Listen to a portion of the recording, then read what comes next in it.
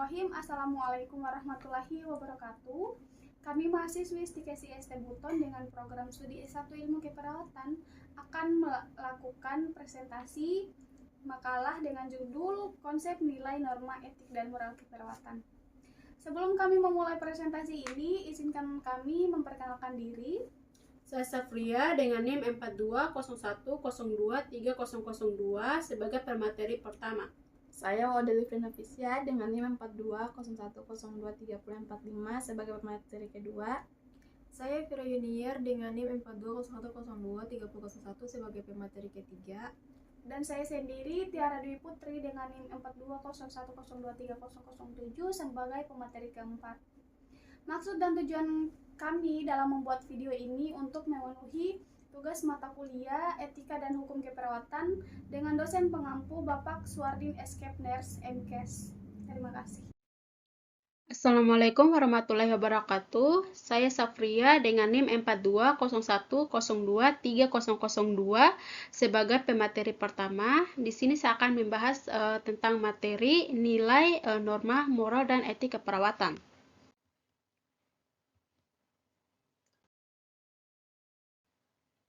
Konsep nilai norma etik dan moral keperawatan. Poin pertama, konsep nilai. Ada beberapa definisi nilai. Satu, nilai adalah sesuatu yang berharga, keyakinan yang dipegang sedemikian rupa oleh seseorang sesuai dengan tuntunan hati nuraninya. Kedua, nilai adalah seperangkat keyakinan dan sikap pribadi seseorang tentang kebenaran, keindahan, dan penghargaan dari suatu pemikiran, objek, atau perilaku yang berorientasi pada tindakan dan pemberian, serta makna kehidupan pada seseorang. Ketiga, nilai adalah keyakinan seseorang tentang sesuatu yang berharga, kebenaran, atau keinginan mengenai ide-ide, objek, atau perilaku khusus. Nilai muncul dari pengalaman pribadi seseorang dan akan berbeda untuk setiap orang. Karakteristik nilai. Nilai di sini memiliki beberapa karakteristik. Pertama, satu, nilai membentuk dasar perilaku seseorang. Kedua, nilai nyata dari seseorang diperhatikan melalui pola perilaku yang konsisten. Ketiga, nilai menjadi kontrol internal bagi perilaku seseorang. Keempat, nilai merupakan komponen intelektual dan emosional dari seseorang yang secara intelektual yang diyakinkan tentang sesuatu nilai serta memegang teguh dan mempertahankannya. Masuk di poin kedua, konsep norma. Norma adalah aturan-aturan dan ketentuan yang mengikat warga masyarakat atau kelompok tertentu dan menjadi panduan, tontonan, pandangan, dan pengendali sikap dan tingkah laku manusia. Norma memiliki kekuatan untuk dapat dipatuhi yang dikenal dengan sanksi, misalnya. Satu, ada norma agama dengan sanksinya dari Tuhan. Dua, norma kesusilaan dengan sanksinya rasa malu dan menyesal terhadap diri sendiri.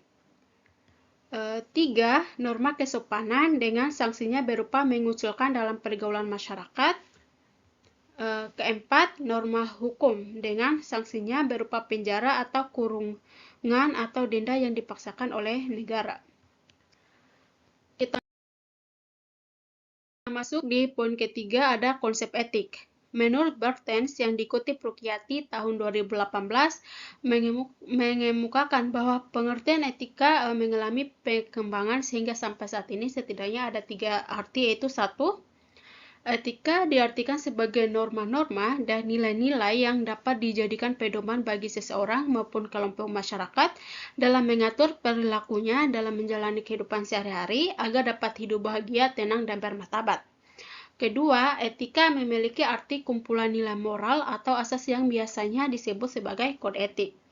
Ketiga, etika membahas mengenai ilmu tentang baik dan buruk tingkah laku atau perilaku seseorang maupun kelompok dalam menjalankannya di kehidupan sehari-hari.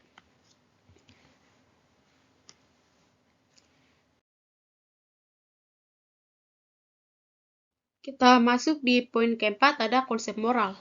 Moral menurut Kamus Besar Bahasa Indonesia 2017 adalah satu, ajaran tentang baik buruk yang diterima umum mengenai perbuatan. sikap, kewajiban, dan sebagainya. Kedua, kondisi mental yang membuat orang berani, bersemangat, bergairah, berdisiplin, dan sebagainya. Isi hati atau keadaan perasaan sebagaimana terungkap dalam perbuatan. Ketiga, ajaran kesusilaan yang dapat ditarik dari suatu cerita. Baik, itu saja yang dapat saya sampaikan. Saya kembalikan ke pemateri kedua. Perkenalkan, saya Wada Livren Nafisya dengan NIM 4201023045. Sebagai pemateri kedua, di sini saya akan membahas materi tentang asas, tujuan, dan fungsi hukum keperawatan.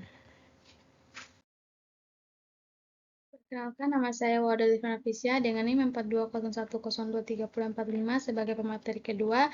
Di sini saya akan membahas materi tentang asas, tujuan, dan fungsi hukum keperawatan.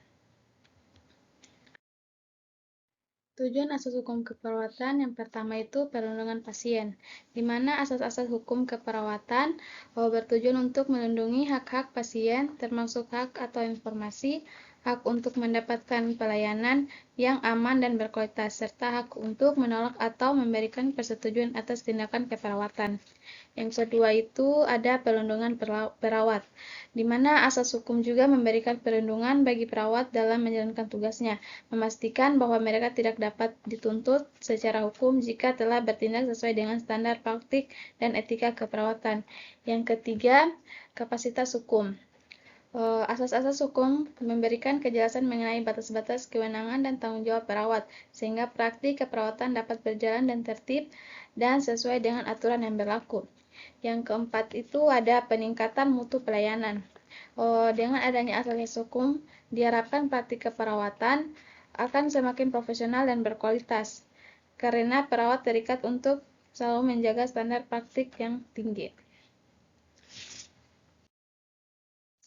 Di sini ada fungsi asas hukum keperawatan. Yang pertama itu ada pedoman praktik. Pedoman praktik itu asas-asas hukum menjadi pedoman bagi perawat dalam mengambil keputusan dan melakukan tindakan keperawatan, memastikan bahwa tindakan tersebut sesuai dengan hukum dan etika. Yang kedua itu penegakan disiplin. Asas-asas hukum menjadi dasar dalam penegakan disiplin bagi perawat yang melanggar aturan, baik dalam konteks hukum maupun etika profesi. Yang ketiga ada penyelesaian sengketa, di mana asas-asas hukum menjadi dasar dalam penyelesaian sengketa yang mungkin timbul antara perawat dan pasien atau antara perawat dan pihak lain terkait dengan praktik keperawatan. Yang keempat, ada peningkatan profesionalisme. Dengan adanya asas-asas hukum, diharapkan terjadi peningkatan profesionalisme dalam praktik keperawatan, karena perawat dituntut untuk selalu bertindak sesuai dengan standar yang telah ditentukan.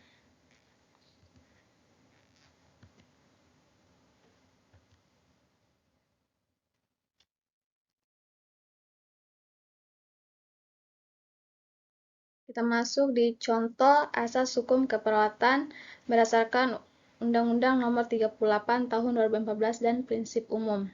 Pertama itu asas kemanusiaan. Asas kemanusiaan itu perawat harus menghargai martabat dan hak-hak pasien sebagai manusia. Yang kedua itu ada asas manfaat.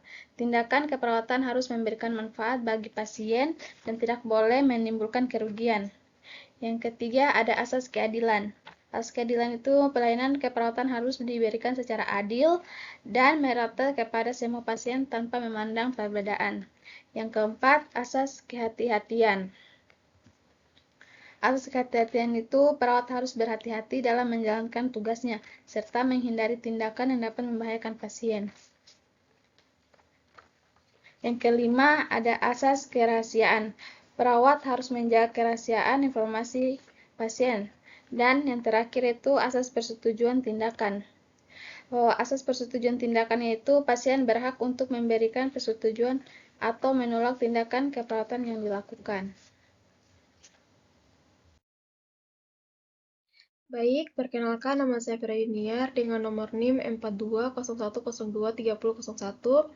Saya di sini sebagai pemateri ketiga, yaitu dengan membahas poin ketiga, yaitu definisi, peran, dan fungsi perawat.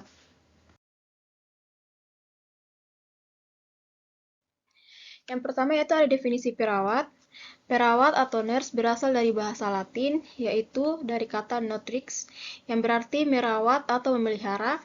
Perawat adalah seseorang yang berperan dalam merawat atau memelihara, membantu dan melindungi seseorang karena sakit, cedera, dan proses penuaan, menurut Harley 1997.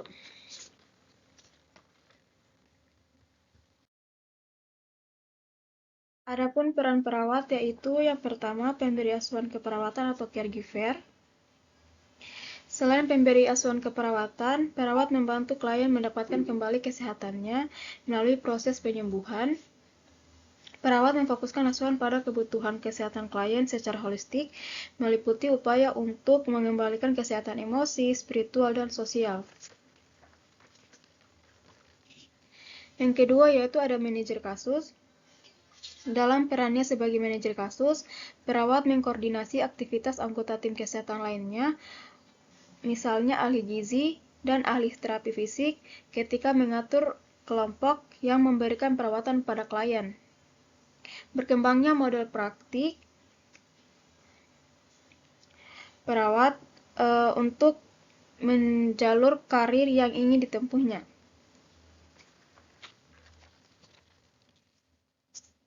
Yang ketiga yaitu sebagai penyuluh. Sebagai penyuluh, perawat menjelaskan kepada klien konsep dan data-data tentang kesehatan. Mendemonstrasikan prosedur seperti aktivitas perawatan diri, menilai apakah klien memahami hal-hal yang dijelaskan dalam mengevaluasi kemajuan dalam proses pembelajaran.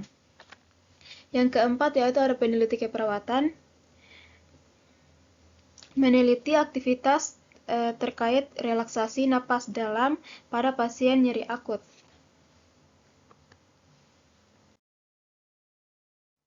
Adapun fungsi perawat yaitu yang pertama ada independen.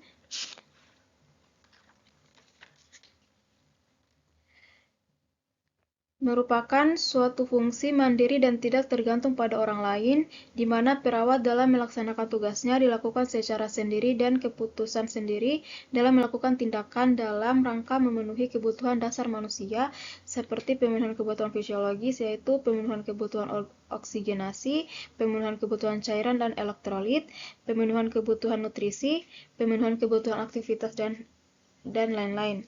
Pemenuhan kebutuhan dan kenyamanan, pemenuhan kebutuhan cinta mencintai, pemenuhan kebutuhan harga diri dan aktualisasi diri. Yang kedua yaitu ada fungsi interdependen, merupakan fungsi perawat dalam melaksanakan kegiatannya atas pesan atau instruksi dari perawat lainnya. Yang ketiga yaitu ada dependen, di mana dilakukan saat seseorang perawat turut serta membantu dokter dalam memberikan pelayanan pengobatan serta tindakan yang menjadi kewenangan medis. Baik, mungkin itu saja pemaparan materi dari saya yang akan dilanjutkan oleh pemaparan materi dari pemateri 4. Baik, saya Tiara Dwi Putri dengan NIM 4201023007 akan melanjutkan pembahasan pada poin keempat dengan judul konsep dan proses keperawatan. Ada konsep keperawatan, di mana keperawatan adalah pelayanan profesional yang merupakan bagian integral dari pelayanan kesehatan berdasarkan ilmu dan kiat keperawatan, berbentuk pelayanan bio, psiko, sosio, spiritual, dan kultural yang komprehensif yang ditujukan kepada individu, kelompok, dan masyarakat, baik sehat maupun sakit, yang mencakup seluruh proses kehidupan manusia.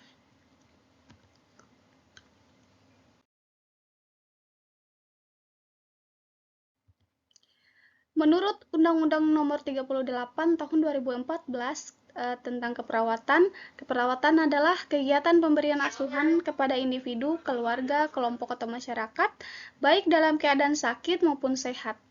Perawat mengembangkan rencana asuhan keperawatan bekerja sama dengan dokter, terapis, pasien, keluarga pasien, serta tim lainnya untuk fokus pada perawatan penyakit dan meningkatkan kualitas hidup. Selanjutnya masuk ke tahap definisi keperawatan menurut beberapa ahli.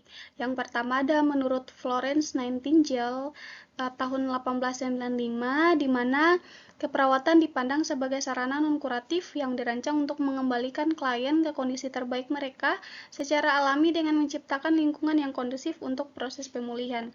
Jadi di sini Florence Nightingale ini lebih menekankan bahwa untuk membawa atau mengantar individu pada kondisi yang terbaik seseorang untuk menjadi lebih baik dan mempengaruhi lingkungan. Yang kedua ada menurut Dorothy Johnson pada tahun 1968, di mana Dorothy Johnson ini berpendapat bahwa keperawatan adalah tentang membantu orang untuk mendorong tindakan yang efektif dan efisien dalam mencegah penyakit, di mana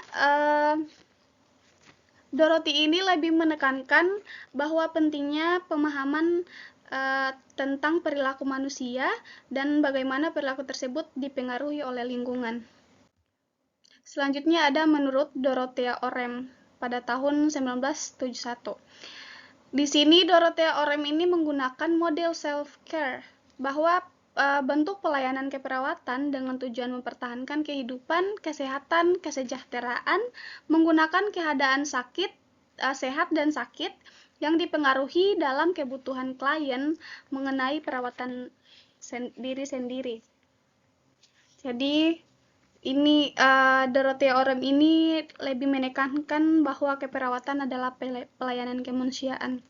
Selanjutnya ada menurut Callista Roy pada tahun 1976, di mana keperawatan itu adalah disiplin ilmu dan praktik yang berfokus pada proses adaptasi manusia terhadap perubahan lingkungan, baik internal maupun eksternal, dengan tujuan mempromosikan kesehatan dan kesejahteraan.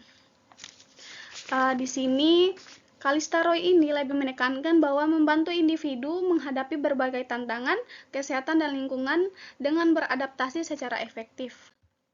Selanjutnya, menurut Virginia Henderson tahun 1978, di mana keperawatan adalah tentang membantu orang sakit dan sehat untuk melakukan aktivitas yang berkontribusi pada kesehatan dan penyembuhan mereka. Di sini, Virginia Henderson ini juga menekankan bahwa lebih menekankan kepada pemecahan masalah ilmiah dan bahwa perawat harus masuk ke dalam diri pasien dan melengkapi kekuatan, keamanan, serta pengetahuannya sesuai dengan kebutuhannya. Selanjutnya ada menurut Jan Watson tahun 1985, di mana keperawatan adalah ilmu tentang kepedulian manusia sebagai human care atau human science yang menekankan pada hubungan terapeutik antara perawat dan pasien serta pentingnya caring atau kepedulian dalam proses penyembuhan. Di sini, Jan Watson juga menekankan bahwa pentingnya hubungan terapeutik, caring, dan pendekatan holistik dalam merawat pasien.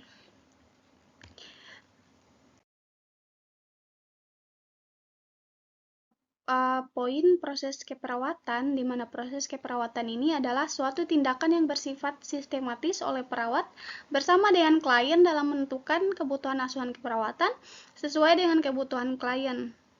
Proses keperawatan merupakan suatu proses tindakan yang dapat membantu perawat dalam menyelesaikan masalah klien secara komprehensif. Komprehensif di sini tidak hanya ditunjukkan untuk kepada klien itu sendiri, tetapi dalam artian ditunjukkan kepada individu, keluarga, kelompok, atau masyarakat. Jadi, menyelesaikan masalah klien secara komprehensif dengan didasarkan alasan ilmiah. Penerapan proses keperawatan tidak hanya digunakan untuk memenuhi kebutuhan klien, namun juga untuk profesi keperawatan. Selanjutnya masuk pada poin tujuan proses keperawatan. Yang pertama ada mempertahankan kesehatan klien. Di sini lebih berfokus kepada pencegahan penyakit klien dengan memberikan perawatan yang efektif serta mengedukasi dan memberikan dukungan kepada pasien dan keluarga. Yang kedua ada menjadi standar dalam praktik keperawatan. Yang ketiga menjadi metode yang dapat digunakan dalam berbagai situasi. Yang keempat praktikan metode pemecahan masalah dalam melaksanakan praktik keperawatan. Metode pemecahan masalah di sini terdiri dari pengkajian, diagnosa atau mendiagnosis, perencanaan atau merencanakan intervensi, implementasi atau tindakan, dan evaluasi. Menanyakan kembali tingkat nyeri pasien. Yang kelima ada sebagai metode yang baku, sesuai, rasional, dan sistematis bagi perawat dalam memberikan asuhan keperawatan kepada klien. Selanjutnya masuk ke poin manfaat proses keperawatan. Manfaat proses keperawatan di sini ada 3, yaitu manfaat proses keperawatan terhadap klien, terhadap tenaga keperawatan, dan terhadap institusi pelayanan. Manfaat proses keperawatan terhadap klien adalah untuk mendapatkan pelayanan yang berkualitas, efektif, dan efisien, serta asuhan keperawatan yang diperoleh sesuai dengan kebutuhan klien dan berdasarkan kepada tahapan yang baku, sesuai, rasional, dan sistematis. Yang kedua, manfaat proses keperawatan terhadap tenaga kesehatan adalah untuk meningkatkan kemandirian tenaga keperawatan, pelaksanaan asuhan keperawatan tidak bergantung pada profesi lain, dan memberikan kepuasan optimal pada perawat jika berhasil.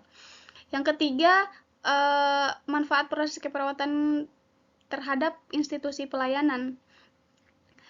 Untuk meningkatkan atau sebagai peningkatan pasien, peningkatan keuntungan, serta citra bertambah baik di masyarakat. Selanjutnya ada tahap-tahap proses keperawatan. Yang pertama ada pengkajian, di mana pengkajian ini merupakan tahapan pertama dalam proses keperawatan.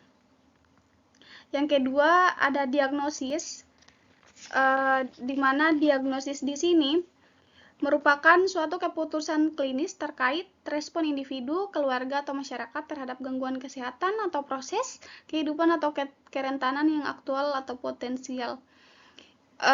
Tahapannya itu ada menganalisis dan menginterpretasikan data hasil pengkajian, mengidentifikasi masalah klien, merumuskan diagnosis keperawatan, serta mendokumentasikan diagnosis keperawatan.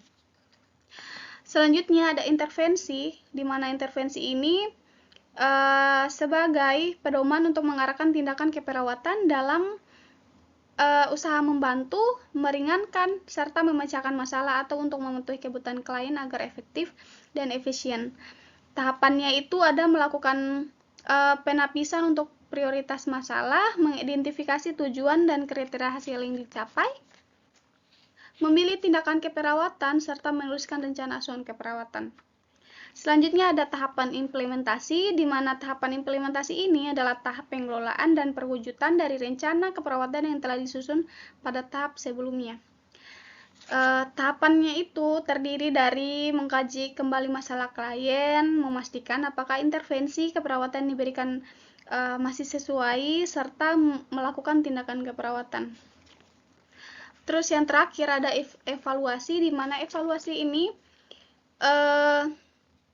dilakukan untuk menentukan efektivitas dari rencana keperawatan yang telah disusun, menentukan keberlanjutan rencana perawat, serta melakukan revisi rencana keperawatan atau menghentikan rencana keperawatan. Tahapannya itu meliputi melihat respon klien, membandingkan respon klien dengan kriteria hasil, menganalisis keberhasilan asuhan keperawatan, serta memodifikasi intervensi keperawatan. Baik, itu saja yang bisa kami sampaikan. Lebih dan kurangnya mohon dimaafkan. Saya akhiri dengan wabillahi taufiq wal hidayah. Wassalamualaikum warahmatullahi wabarakatuh.